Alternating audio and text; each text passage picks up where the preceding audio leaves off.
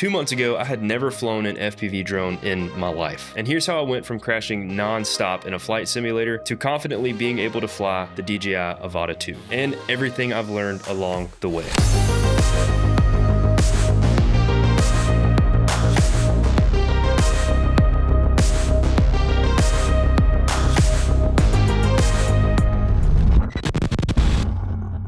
So I've been wanting to get into FPV drones for quite some time now. I just think there's something really cool about them compared to traditional drones, like my Mavic 2 Pro, which is pretty much ancient at this point, and really just the way the shots look with how dynamic the movement is. But I had no idea how to even fly one, much less what went into owning and operating one. So like any other thing, I started researching and watching FPV drone videos online, and one drone in particular caught my eye. The DJI Avata, and now the Avata 2. Other FPV drones, we'll say real FPV drones, are very intimidating as a beginner. They require a lot of building knowledge, tuning, soldering, and dealing with batteries that could literally catch on fire.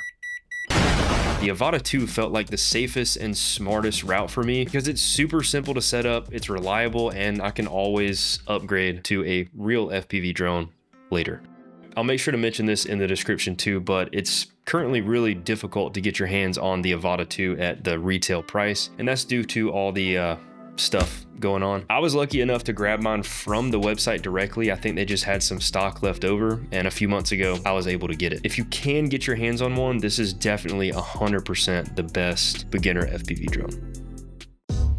So before I even thought about purchasing the Avata 2, I started in the FPV Skydive simulator on my PC. And there's also other options as well on Mac, so I'll make sure to link everything below. The first few hours were horrible, and I wish I would have had this on footage, but I was basically crashing into every single thing, and the controls just did not make sense in my head. The way the drone just turned and navigated felt so unnatural compared to a traditional drone. Then there's throttle control, and on FPV drones, you basically, when you're in full manual mode, you are the sole control of the throttle, versus a traditional drone, it kind of hovers for you. So if you're not smooth with it, you either slam into the ground or fly all the way up, and keeping a steady hover was definitely a struggle at first. But after a while, the controls started to finally click in my head, and turning and navigating became a little bit easier. And then I started learning how to navigate in a little bit tighter spaces, like flying through buildings or in between trees. And those are all things that I wanted to get comfortable with in the simulator before I actually purchased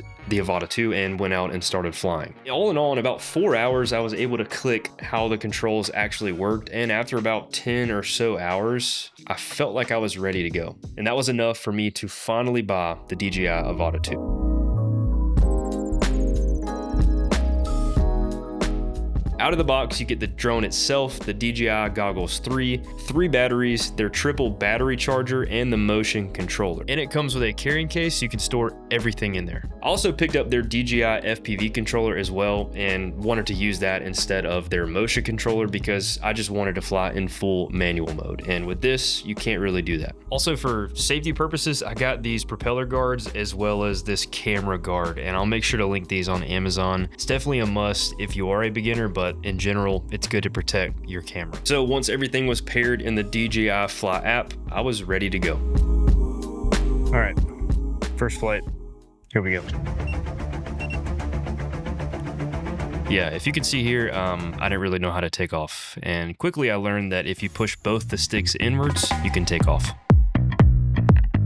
So I started off pretty slow in normal mode because I didn't really know what to expect coming into real life. Normal mode is your best friend because you can really get used to the way that the throttle moves on the drone specifically. And then I started going into manual mode to get a little bit of a test of what it would be like. But in the backyard, it was definitely a little sketchy being close to all of the trees and plants and just feeling like I was in a tighter space. But I was able to sort of get the hang of it and start practicing a little bit to get a little bit more comfortable in manual.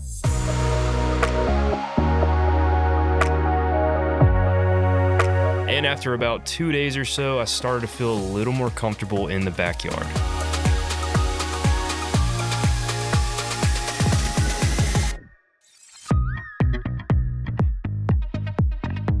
And the Avata 2 has 3 different flight modes. The first one is normal mode, which it flies at a moderate speed and is great for smooth and cinematic shots, but you don't really get that full FPV feel. Then you have sport mode, which is a lot faster than normal mode. It's definitely more agile, but it's still not capable of everything that full manual can do. And then finally, you have full manual mode, which is the real deal FPV experience, and all of the control is on you. And here's a beginner friendly part that I love the most about the Avata 2 and is what sold me on it in the first place, is that if you're in full manual mode and you feel like you need to bail out or you're about to hit something, there's actually this pause button on the controller itself that you can press at any time, and it will switch it into normal mode and stop it in place and hover it for you itself, and sometimes can save your butt if you're in a sticky situation. And one thing I noticed right away is that throttle control was a little bit different in real life versus in the simulator. In the simulator, I felt like I could hover a little bit more steadily, but in real life, I had to make a lot more tiny micro adjustments just to keep my altitude at the same height. For me, I wanted an FPV drone simply just for cool shots and shots that I felt like I couldn't get on the Mavic 2 Pro. And the camera quality is exactly what I was looking for in an FPV drone, but I had to change a few things to get the best quality. So I have it in full manual mode. I have my ISO always set to the lowest possible, so 100. My shutter's at 1/60 because I'm shooting in 30 frames per second. I usually set my white balance around 5200 or 5400, but also can change that depending on the outside conditions. And then I have my aspect ratio in 4:3 so that I can crop for vertical and 16:9 formats. And then for my field of view, I have it in ultra wide. I use the internal Rocksteady stabilization, but if you want to do some third-party stabilization, instead of ultra wide, you're going to have to put it in wide. For me, the built-in Rocksteady stabilization is plenty. And then for color, I have it in D-Log M so that I can color grade in post.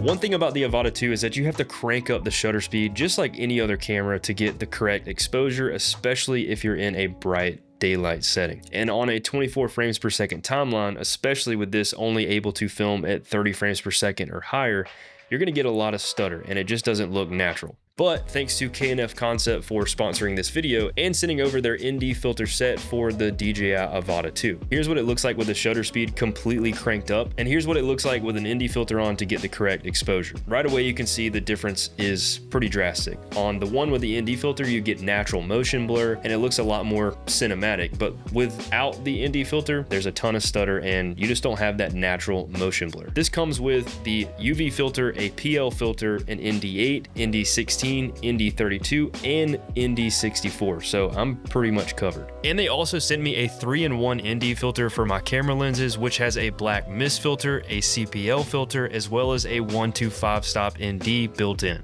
Now, K&F CONCEPT has been around for a while, and I've actually been using an ND filter from them since 2020. So when they reached out to sponsor this video, I already had trust in them from past experience. And K&F CONCEPT is a budget camera accessory brand. You can find them on Amazon or their website. They sell things like ND filters, tripods, high quality camera bags, and so much more. And it's perfect for creators who want quality gear without breaking the bank. And even though they're budget friendly, the quality doesn't feel budget. So if you're interested in K&F CONCEPT, check out the link below in the description. Now back to the video.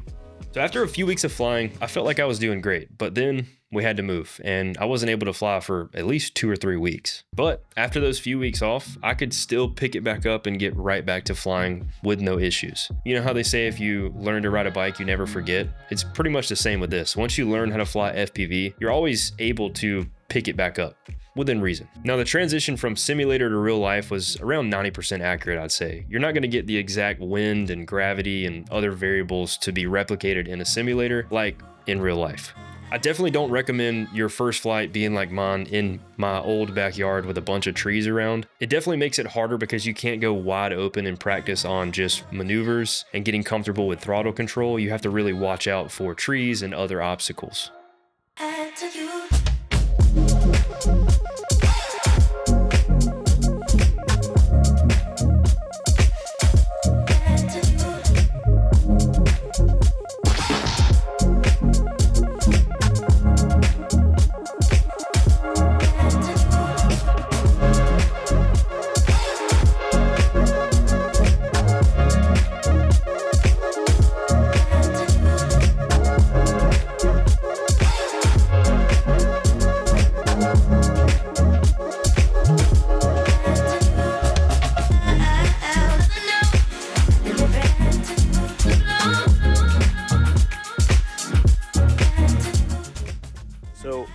crashed the drone, but there's a really cool feature on the Avata 2 called ESC beeping. So if you crash your drone and you're in an open field like this, hopefully you can recover it. You might can hear it beeping. There she is.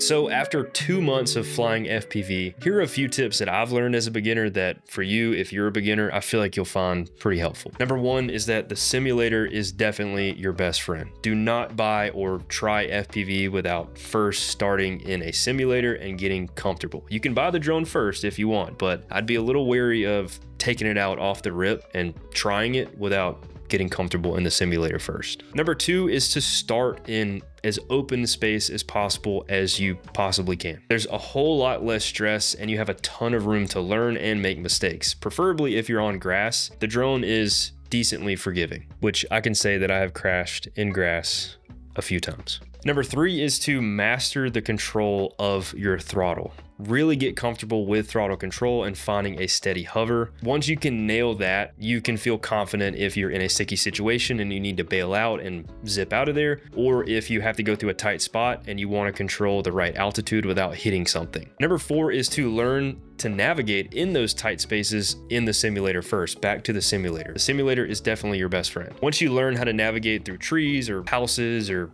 anything that the simulator offers that is considered a tight space, you're gonna feel comfortable in real life doing the same thing, especially after a few flights. And number five, if you do get the Avata 2, use that pause button whenever you need it. You can try really sketchy things and know that you can have the pause button to somewhat save you. Now, it's not gonna save you every single time, but with a little bit of practice, you'll know when you need to bail out and when you can actually make the maneuver or move that you're trying to do. So am I happy that I spent all this money on the DJI Avata 2 and started learning FPV? Yes. Definitely, very much so. 2 months ago, I was just crashing into buildings in a simulator, and now I can confidently say that I can fly an FPV drone. I really see the Avata 2 as the true beginner FPV drone. But what's great about FPV in general is there's so much room to grow after you've mastered the basics. If you want to go all the way up to full cinematic mode and use those large drones that are capable of carrying full-size cinema cameras on Hollywood sets, you can do that. Or you could go the opposite direction and build something super small and compact and throw on a GoPro or the DJI 04 unit on top of it and get into tighter spaces. Maybe you want to chase cars, so you build a faster small drone that's capable of it. Anything is possible with FPV. And what makes the Avata 2 a great starting point, in my opinion, is that it comes with the goggles, and if you buy the FPV controller separately, you've got a pretty big piece of the puzzle out the way. So you can go and build your own drone and throw in a DJI 04 unit, and you have access to use your goggles and your controller on any other drone that you build. So you can start with this setup, learn the basics, get comfortable, and grow from there with this setup, no matter which direction you want to take on your FPV journey. So if you found this video at all helpful and you're a beginner trying to get into FPV as well, let me know in the comments below. That'll do it for this one. I'll see you guys on the next one.